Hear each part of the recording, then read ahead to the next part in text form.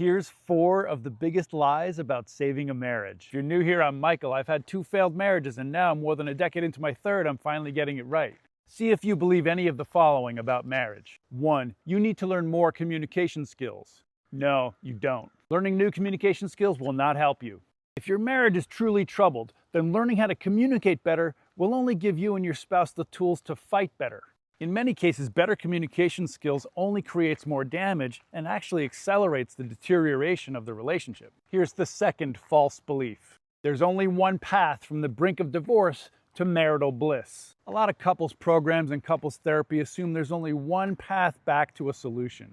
And it's not true. There's multiple paths, and learning a range of approaches is really the best option. And I'm going to tell you about a program I know called Save the Marriage by a friend of mine, Dr. Lee Baucom. My buddy Dr. Lee discovered that as marriages heal, they go through different phases. What's effective at one stage of the healing might be destructive at a different phase. Now, this is a level of refinement that I know from experience you need in order to save a marriage. Here's the 3rd false belief. You can't start saving your marriage if your spouse isn't interested. Turns out that's not true either. Because when a marriage is in full-blown crisis, it sometimes takes a while for the other spouse to respond.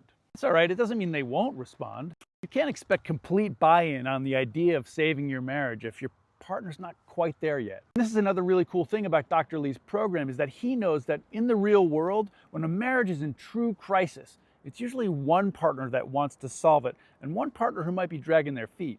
And he's got hundreds of testimonials where the healing began with one partner, and soon it was so contagious that the other partner picked it up too. Here's the 4th big lie about saving a marriage. Time heals all wounds. Not true, not remotely true, making this one probably the most damaging of the 4. In my personal experience, and also watching my friends and family try and navigate the conflicts of their marriages, I noticed one key strategy is people just procrastinate and hope things just work out if they don't look at it long enough. And this rarely, if ever, happens. And you know that, because if you didn't know that, you wouldn't be at this point in the video already. You gotta take action to save a marriage in crisis. Because if you just sweep it under the rug and pretend the marriage will get better if you just ignore it, then all the negative momentum of the marriage that's already in crisis is just going to keep getting worse and festering underneath the rug. And you may get to a point of no return in your marriage. I know that one the hard way. You two fell in love for a reason, some point back there. And if you're committed to saving your marriage, you got to do something about it.